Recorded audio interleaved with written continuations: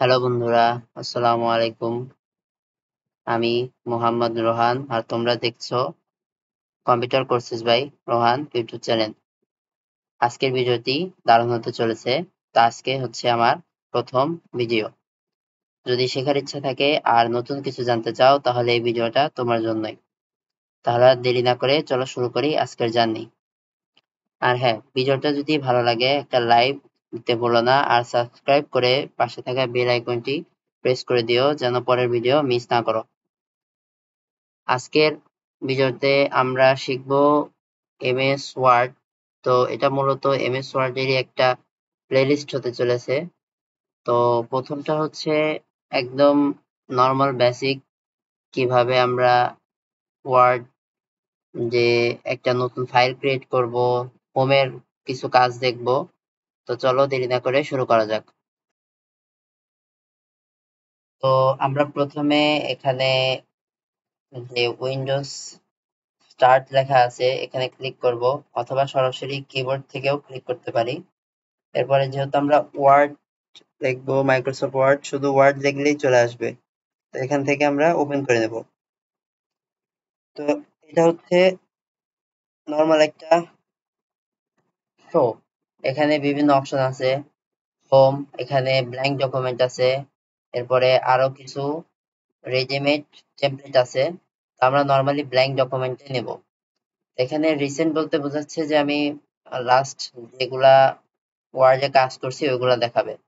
আর favourite যদি select করা থাকে তাহলে, যেহেতু সিলেক্ট করা নেই এই কারণে কিছু দেখাচ্ছে না। তো এখন এখানে নিউতে গিয়ে আমি যদি ব্ল্যাঙ্ক ডকুমেন্টে ক্লিক করি তাহলে আমার একটা ব্ল্যাঙ্ক ডকুমেন্ট আছে। তো এর আগে আমরা দেখবো যে কিভাবে ফাইলটা সেভ করা যায়। তো ফাইলে গিয়ে আমি প্রথমে সেভে ক্লিক করব। তো এখন কোথায় সেভ করব সেটা দেখার বিষয়। তো আমি যে এখানে ডেস্কটপে একটা ফোল্ডার ক্রিয়েট করে রাখছি, তো আমরা মূলত এখানেই সেভ করব। তুমি যেখানে করতে চাও ওখানে করবা।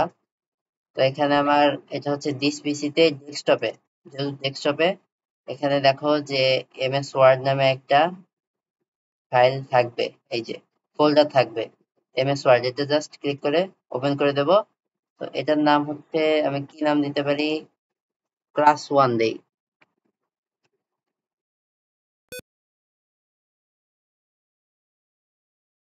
Class one, class one dot dot docx দিতে হবে। এটার মানে বোঝাচ্ছে যে একটা ডক্স ফাইল। তো সেভ করে দিলাম। তো এটা এখন সেভ হয়ে গেল। এখন আজকে আমরা শিখবো হচ্ছে যে এখানে এগুলো আছে হোম, এগুলো হচ্ছে এক একটা ট্যাব, ইনসার্ট ট্যাব। ইনসার্টে বিভিন্ন টেবিল অ্যাড করতে পারি, পিকচার, এরপর ড্রয়িং এ আমরা নর্মাল ড্রয়িং করতে পারি, ডিজাইনে বিভিন্ন ফরম্যাট আছে লেখার, এরপরে লেআউট আছে, লাইন স্পেসিং, অনেক কিছুই আছে। তো প্রথমে আমরা দেখবো যে হোম ট্যাবের কাজ কি। তো মূলত এই বক্সটা দেখবো, ফন্ট যে বক্সটা আছে এটা দেখবো। মানে ফন্ট বলতে বোঝাচ্ছে যে একটা লেখা কতভাবে আমরা এডিট করতে পারি, এখানে সেটা দেওয়া আছে। তো প্রথমেই দেওয়া আছে যে এই যে এইটা লেখা, এটা হচ্ছে যে আমাদের যে লেখাটা লিখবো ওটা কোন স্টাইলে, মানে কেমন লাগবে দেখতে। যেমন আমি যদি লিখি মাই নেম ইজ রোহান, তো এটা কি আছে, ক্যালিব্রি এই ফন্টে আছে। তা আমি চাচ্ছি কি এটার ফন্টটা চেঞ্জ করতে। তো আমি যে যতটুকুই চেঞ্জ করতে চাই অতটুকু সিলেক্ট করব। তো এখানে মাউসের বাম সাইডের বাটনটা প্রেস করে যদি যতটুকু ড্র্যাগ করি অতটুকু দেখো যে এখানে সিলেক্ট হয়ে গেছে। তো এখন আমি যদি এখানে এখানে দেখো যে যদি এই যে যেমন এই যে এই ফন্টে রাখি তাহলে আমার লেখাগুলো এরকম। এরপর হচ্ছে আমার যদি এভাবে রেখে এরকম। তারপরে এটা হচ্ছে বাংলা ভাষার মতো অন্য কিছু। এরপর হচ্ছে যেমন এটা হচ্ছে কি একটা নরমাল আছে লেখা। তো এই আরিয়াল থেকে আরিয়াল ব্ল্যাক যেটা কি এটা বোল্ড, দেখো আমার লেখাটাও কিন্তু বোল্ড হয়ে গেছে। তাহলে আমি যদি আবার আগেরটাতেই চলে আসি, ক্যালিব্রি, ক্যালিব্রি বডি বা ক্যালিব্রিতে ক্লিক করে আসবে। এটা হচ্ছে কি ফন্ট ফেস, মানে একটা ফন্ট কি কেমন দেখতে লাগবে সেটা। এখানে অনেক ধরনের আছে, যেমন আহ এটা দেখি আমরা, যেমন এই যে পেঁচানো। তো আগে সিলেক্ট করে নিতে হবে, সিলেক্ট করে নিলাম। এরপরে দেখো যে কি যদি আমি এটা দিতে চাই এই যে ইটালিকের মতো দেখতে মানে বাঁকা, এই যে ইটালিক লেখা আছে, লেখাটি এই রোহান লেখাটা কি হয়েছে, বাঁকা হয়ে গেছে, ইটালিক হয়েছে। আমি চাচ্ছি যে আগেরটা ফিরে আসতে, তাহলে আমি কন্ট্রোল জেড চাপবো, কন্ট্রোল জেড চাপলে আগেরটা আসবে এবং কন্ট্রোল ওয়াই চাপলে পরেরটা আসবে। যদি আবার কন্ট্রোল ওয়াই চাপি, আমি পরে কি করছিলাম, এই চেঞ্জ করছিলাম, এর আগে কি করছিলাম, এটার আগে, তাহলে কন্ট্রোল জেড। তো এটা গেল এই ফন্ট পেজের কাজ। এখানে বলছে যে ফন্টটা আমরা কি, এই যে control plus shift plus save, এটা চেপেও চেঞ্জ করতে পারি। এরপরে হচ্ছে যে ফন্ট সাইজ, এটা হচ্ছে সাইজ, একটা লেখা কত সাইজের থাকে, নরমালি 11 থাকে। তো আমরা চাইলে বাড়াতে পারি, মনে করো যে এই লেখাটাই আমি কি করব, আমি এটা এখান থেকেও করতে পারি, এখান থেকেও করতে পারি, মানে এটা বলতে বোঝায় যে আমি যতটুকু সিলেক্ট করছি, এতটুকু সিলেক্ট করছি, এইটুকুই চেঞ্জ হবে। তো এইটুকুর জন্য আরেকটা বক্সই দিয়ে দিছে আমাকে। তো শুধু শুধু উপরের গুলা চেঞ্জ করার দরকার নেই। আর উপরের গুলা চেঞ্জ হওয়া মানে হচ্ছে যে আমি এইটুক বাদে বাকি যদি পরে কিছু লিখি, ওগুলাও একইভাবে চেঞ্জ হতে থাকবে। তো এই কারণে এখান থেকে, এই যে এখান থেকে চেঞ্জ করাই ভালো। মনে করো শুধু আমি এই নামটুক মাই নেম ইজ রোহান, এটা 11 আছে, আমি চাচ্ছি যে 15 করে দিতে, মানে আর একটু বড় করে দিতে, ইন্টার চাপলাম, 15 দিয়ে ইন্টার চাপলাম, বড় হয়ে গেল। এরপরে এরপরে আমি সর্বোচ্চ কত, এখান থেকে আমি কেটেও কিছু একটা লিখতে পারি, যেমন 23 মনে করে লিখে ইন্টার চাপলাম, আরো বড় হলো। অথবা আমি এখান থেকে এই অ্যারোতে ক্লিক করে এখানে, এই দেখো 72 পর্যন্ত সর্বোচ্চ আছে। তো আমরা 15, 15তে মানে এখানে 14 পরে 16 আছে, তো আমি এখানে বাই ডিফল্ট আমি এখানে যদি আমি সরাসরি লিখি, তাহলে আমি ইচ্ছা মতো লিখতে পারবো, যেমন 15 লিখলাম, 15 আসছে। তো এটাকে আর একভাবে বড় ছোট করা যায় হচ্ছে এটা, এইভাবে, এই যে এর উপর যদি তীর চিহ্ন, এখানে দেখো তীর চিহ্নটা কি উপরের দিকে আছে, তার মানে এরকম বোঝাচ্ছে যে এখানে যে এই লেখাটা, মানে এখানে যতটুকু আমরা সিলেক্ট রাখবো ওইটা উপরের দিকে টানতে থাকবে, মানে উপরের দিকে টানলে কি বড় হবে, মানে উপরের দিকে ধাক্কা দিতে থাকবে, মানে কি বড় হবে। আর যখন এই যে এই তীর চিহ্নের মাথার নিচের দিকে মনে করো যে উপর দিক থেকে চাপতেছে, চাপলে কি ছোট হয়ে যাবে না, তার মানে লেখাটা ছোট হবে। তাহলে এটাতে ক্লিক করে দেখো যে এটা 2 করে বাড়তেছে, 26 ছিল 28, 29, আবার যদি আমি এটাতে চাপ দিই কমতে থাকবে। তো কত করে কমতেছে, এই একইভাবে 2 করেই কমতেছে।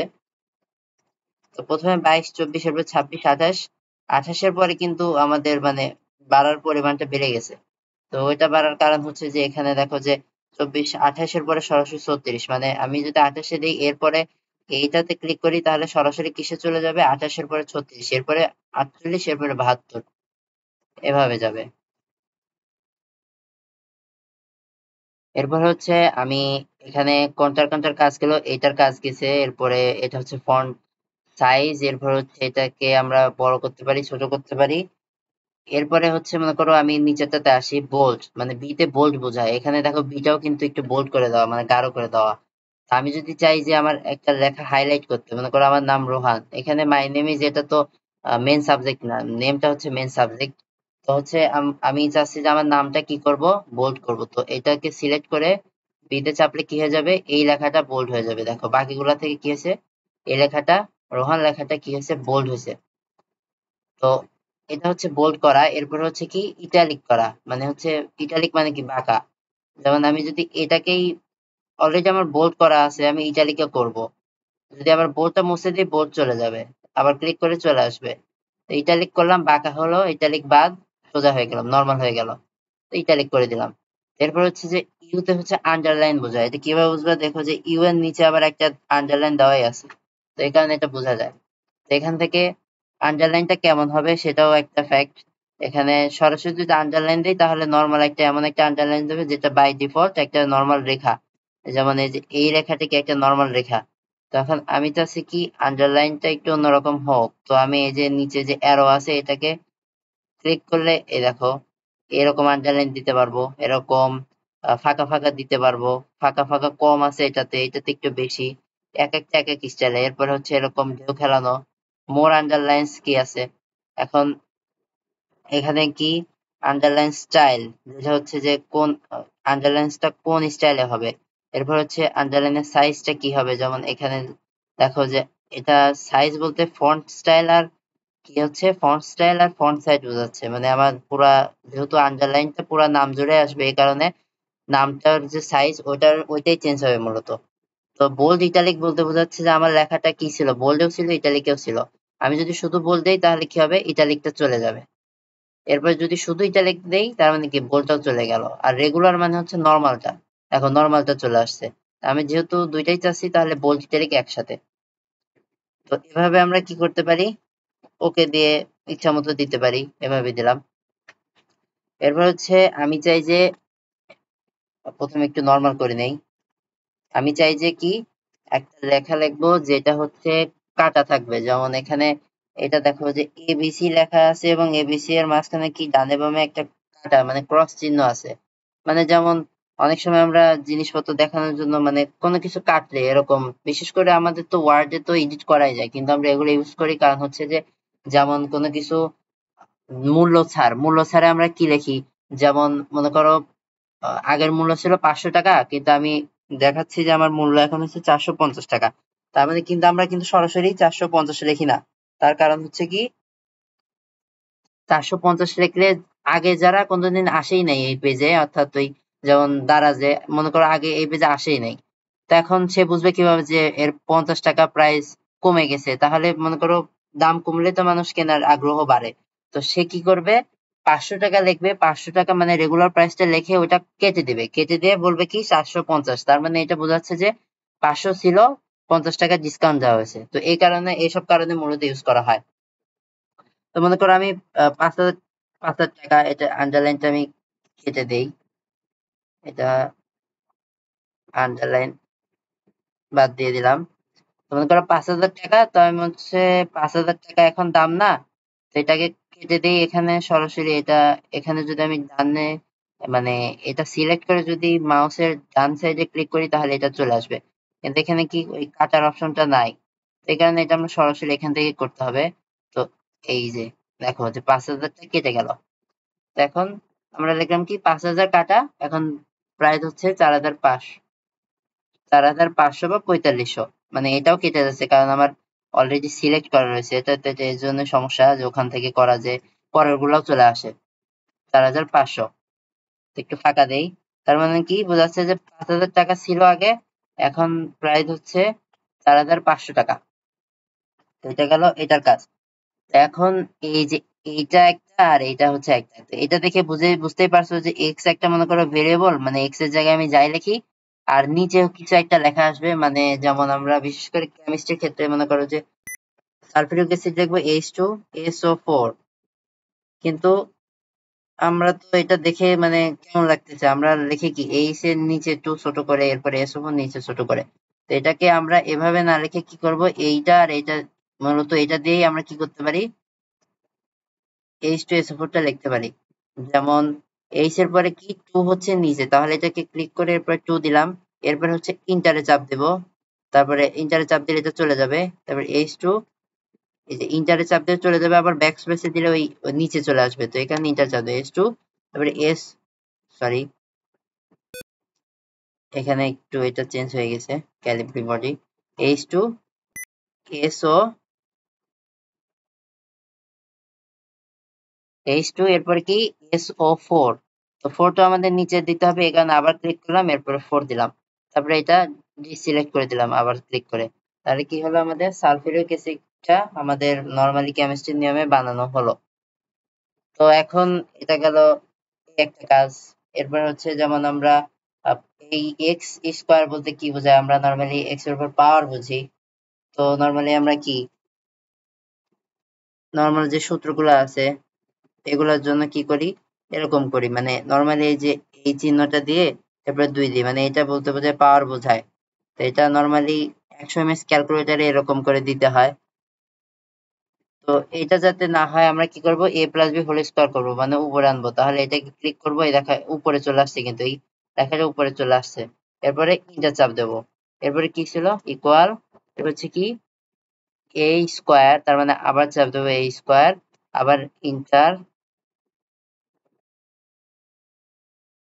ইন্টার না সরি a স্কোয়ার, এরপর হচ্ছে এটা সিলেক্ট করব a স্কোয়ার, এরপর হচ্ছে স্পেস দেবো, পরে প্লাস 2ab, আবার প্লাস কি বি স্কোয়ার, তাহলে বি, এরপর আবার হচ্ছে স্কয়ার, তাহলে এরকম ক্লিক করে 2, বাস শেষ, আবার সিলেক্ট করে দিই। তো এভাবে কি করতে পারি, আমরা সহজেই একটা ইকুয়েশন মানে নরমালি যেভাবে লেখে ওভাবে আমরা লিখতে পারি। এরপর আমাদের বাকি আছে এই যে এ স্মল, এটা দ্বারা বোঝায় যে লেখাগুলা কোন স্পেসিং এ থাকবে। লোয়ার কেস বলতে বোঝায় যে সব লেখায় লোয়ার কেস হবে, যতটুকু আমি সিলেক্ট করব। আপার কেস বলতে বোঝায় যে যদি আমি মনে করো যে নেমটা নেমটা সিলেক্ট করে এরপর হচ্ছে আপার কেসে দিলাম, কি হয়ে গেল, পুরা নেমটুকুই বড় হাতের হয়ে গেল। এরপরে যদি লোয়ার কেসে দিই ছোট হাতের হয়ে যাবে। এরপর হচ্ছে আমি এটাতে কি দেব, সেন্টেন্স কেস, মনে করো যে ইটালিকটা বাদ দেই, যেমন হচ্ছে মাই, মাই, দেখো মাই কিন্তু আমি ছোট হাতে লিখছিলাম, তো এরপর ইন্টার চাপ দেওয়ার পরে কি হয়ে গিয়েছিল, মাই লেখাটা বড় হয়ে যাবে। তো এখানে সিলেক্ট হয়ে গেছে অলরেডি, এই কারণে চলে গেছে। তো আমি যদি সেন্টেন্স কেস বলতে কি বোঝায়, আমরা জানি যে সেন্টেন্সের প্রথম ওয়ার্ডটা বড় হয়, যেমন এটাতে মাই নেম ইজ রোহান, এমটা বড় হাতের, তো এই কারণে ওইটা অটোমেটিক একাই করে নেয়। তো আমি যদি মাই ছোট ধরে লিখি এরপর ইন্টার দেই, তারপরে কি হবে, এখন এটাতে আমি সিলেক্ট করে নেই যে এটা হচ্ছে কি সেন্টেন্স কেস। দেখো যে সেন্টেন্স কেস মানে কি, প্রথম ওয়ার্ডটা বড় হাতের, মানে একটা সেন্টেন্সের প্রথম ওয়ার্ড।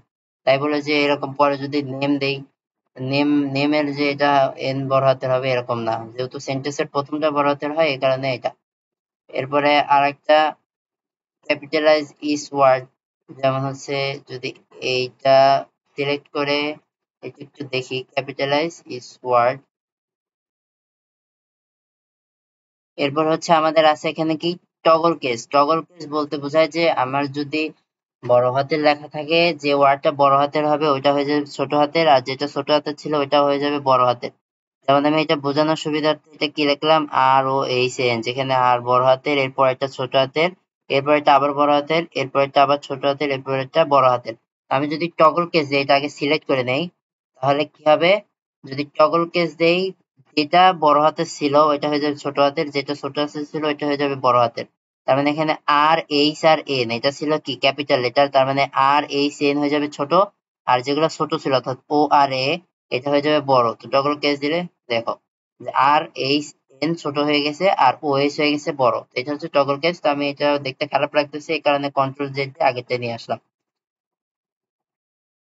এখন আমাদের বাকি আছে এই যে এটা দেখো যে এর নিচে একটা কি আছে, জাস্ট ইরেজারের মতো আছে। তো এটা দ্বারা বোঝায় যে আমি একটা লেখাকে যত মডিফিকেশন করি ওইটাকে যদি এটাতে ক্লিক করি নর্মালটা চলে আসবে, একদম বেসিকটা চলে আসবে। দেখো যে একদম 11 ছিল এটা। এটার কাজ আমি আরেকটু এডিট করে মানে কালার করার পরেও দেখাবো। তো এরপরে হচ্ছে যে এটা হচ্ছে, এটা পরে দেখাই, আগে দেখাই হচ্ছে এই যে এ বি স্মল, এটা তো এটা দ্বারা দেখো নিচে হলুদ দেখাচ্ছে, এটা মানে বোঝাচ্ছে যে এটা হচ্ছে ব্যাকগ্রাউন্ড কালার। তো ব্যাকগ্রাউন্ড বা হাইলাইট, এই দেখো এখানে এখানে যদি এখানে ক্লিক করি, এখানে ক্লিক করে এটা হচ্ছে হাইলাইটিং, স্টপ হাইলাইটিং, মানে এটা হচ্ছে হাইলাইট। যেমন আমরা হাইলাইটার ইউজ করি কিভাবে, একটা লেখার পিছনে মানে ব্যাকগ্রাউন্ডে বলতে বোঝায়। যেমন আমি এই রোহান লেখাটা কি করব, হাইলাইট করব। তো এটাতে সিলেক্ট করার পরে এই যে যদি এখানে সরাসরি ক্লিক দিই কি আসবে, হলুদ হয়ে যাবে, কারণ এখানে হলুদ সিলেক্ট করা আছে। যদি আমি সবুজ দেই তাহলে আমাকে আবার ক্লিক করতে হবে, মানে মানে এটা আবার সিলেক্ট করতে হবে। এখন এই দেখো সবুজ হয়ে গেছে। কি সবুজ হয়েছে, হাইলাইট বলতেই পিছনে, মানে আমরা তো আসলে উপরেই কালার করে দিই কিন্তু কালোটা তো আর চেঞ্জ হয় না, মানে পিছনে মূলত চেঞ্জ হয়। তার মানে এটা হয়ে গেল হাইলাইট। এখন এটা যদি নরমাল করে দেই, এখন যেটা বললাম যে এটার কাজ হচ্ছে কি সকল যে এই দেখো এখানে ক্লিক করার পরে কি আসছে, ক্লিয়ার অল ফরম্যাটিং, মানে আমি যত ফরম্যাট করছি, মানে মনে করো যে একটা লেখা 11 এ ছিল, নরমালি আমি করলাম 24। এরপরে হচ্ছে ক্যালিব্রি বডির জায়গায় অন্য কোনো ফন্ট স্টাইল দিলাম, বোল্ড করছি, ইটালিক করছি, আন্ডারলাইন করছি, সব যাই করছি, কালার করছি, যাই করি ওগুলা যদি আমি এখন এটাতে ক্লিক করি সরাসরি সব একদম বাই ডিফল্ট নর্মালটা চলে আসবে। যদি আমি যেমন আগে প্রথমে সিলেক্ট করে নেই, এখন দেখবো যে রোহান একদম নর্মাল চলে আসবে, সম্ভবত 11 এ আসার কথা, দেখো 11 এ চলে আসছে, কারণ কি এটা বাই ডিফল্ট 11 এ ছিল। এরপর আমি আপডেট করে করে কি সব চেঞ্জ করছি, নর্মালটা আমি আগেরটা নিয়ে আসি কন্ট্রোল জেড দিয়ে, বাস। এরপর হচ্ছে যে এটা হচ্ছে আমাদের কি ফন্ট কালার। ফন্ট কালার মানে হচ্ছে আমি যে এই যে ফন্ট এখানে ক্লিক করলে দেখবো যে ফন্ট কালার আসছে, মানে আমি একটা লেখা যেমন এখানে নেম আছে, নেম লেখাটা মনে করো যে আমি অন্য কালার করতে চাই, তো এটা সিলেক্ট করে দিলাম। এখান থেকেও সরাসরি করা যায়, এখানে অলরেডি রেড সিলেক্ট করা আছে, এই কারণে ক্লিক করলে সরাসরি রেড হবে। যদি আমি এখান থেকে এরকম যেটাতে দেখবো, এই দেখো যে এরকম চেঞ্জ হচ্ছে। তো প্রথমে এভাবে তো সরাসরি আসবে না, এরকম দিয়ে ইন্টারে চাপ দিলে তারপরে আসবে। এরপরে আমি মোর কালারসে গিয়ে এরপরে ইচ্ছা মতো এই যে এখানে মাউসের বাম সাইডের একটা বাটনটা প্রেস করে এরকম কালার চেঞ্জ করতে পারি। তো নিউটা বলতে বোঝায় যে আমার আগের কারেন্ট বলতে কি বোঝায়, আগে কোনটা ছিল কারেন্ট, আমাকে কারেন্ট বলতে এখন যেটা আছে, মানে নেম তো লাল কালার ছিল এই কারণে লাল দেখাচ্ছে। নিউ, এই যে নিউ যেখানে যাব সেটা দেখাবে, যেমন সবুজে গেলাম, এরপর এটা হচ্ছে নিউ, তার মানে এখন যদি আমি ওকে দিই তাহলে সবুজ কালারটা আসবে, নিউটা আসবে। তো ওকে দিলাম, দেখো ওইটা আসলো, মানে যেমন সবুজ চাই অমন, এটা কিন্তু হালকা সবুজ, আর এই যে এই সবুজটা কিন্তু গাঢ়। এভাবে আমরা কি করতে পারি, এই কাজগুলা করতে পারি। তো আরেকটা আছে, বাকি আছে, কি আছে, ওয়ার্ড আর্ট, যেটাকে এই যে এটা বলে। তো আমি এটা সিলেক্ট করে দিলাম, মানে এটা দেখতে দেখা সুন্দর, যেমন আরো হয়েছে। এটা থেকে আমরা বিভিন্ন স্টাইল করতে পারি, যেমন এখানে যাওয়ার পরে এমন করে এটা নিলাম, এটা একটু পারলে বড় করে দেই, যাতে 30 করে দেই, যাতে আর একটু ফুটে ওঠে না, 40 করি, 40 করি। ওকে, দেখো যে এখানে কি রোহান লেখাটা এরকম মোটা করে আসছে। এটা আমরা কি করব এখন, এটা বিভিন্ন আউটলাইন বলতে বোঝায় যে, আউটলাইন বলতে বোঝায় যে এই যে রোহান লেখা, দেখো যে এখানে কিন্তু প্রথমে আগে ডিসিলেক্ট করি, দেখো যে রোহান লেখার মাঝখানে কিন্তু এটা কিন্তু পুরাটাই হলুদ, কিন্তু মাঝখানে কি হালকা হলুদ, সাইডে কিন্তু একটা খয়েরি রঙের একটা বর্ডার আছে। তো এটা হচ্ছে আউটলাইন। তো আমি যদি এটা আউটলাইন কালার চেঞ্জ করি, যেমন আউটলাইন মনে করো যে আমি নীল দিলাম, দেখো যে ওইটা কিন্তু নীল হয়ে গেছে, ওটা হচ্ছে আউটলাইন। এরপরে আমি যদি এটাই দেই, সেম দেই, অতটা বোঝা যাবে না, নীল দিলাম। এরপরে হচ্ছে কালো দিলাম, দেখো যে কালো চলে আসছে, এটা হলো আউটলাইন। এরপরে হচ্ছে আছে কি, শ্যাডো। এখন দেখো যে এখানে 3D ভিউ দেওয়া আছে যে কোনটা কেমন হবে, কোনটা কোন শ্যাডোতে হবে। এটা হচ্ছে আউটার, মানে আউটসাইড, আর হচ্ছে ইনার। ইনারটা বোঝা যাবে না তেমন একটা, দেখো ইনারটা খুব একটা বোঝা যাচ্ছে না, হালকা বোঝা যাচ্ছে, আউটসাইডটা বেশি বোঝা যাবে কারণ এটা কি বাইরের সাইড। এরপর হচ্ছে এটাকে দেখো যে, মানে এখানে সব ফরম্যাট দেওয়া আছে যে কোনটাতে ক্লিক করলে কোনটা আসবে, তো আমি এটাই দিলাম, তো এটা এভাবে আসলো। তো মোটামুটি কি আমাদের ফন্টের কাজটা শেষ।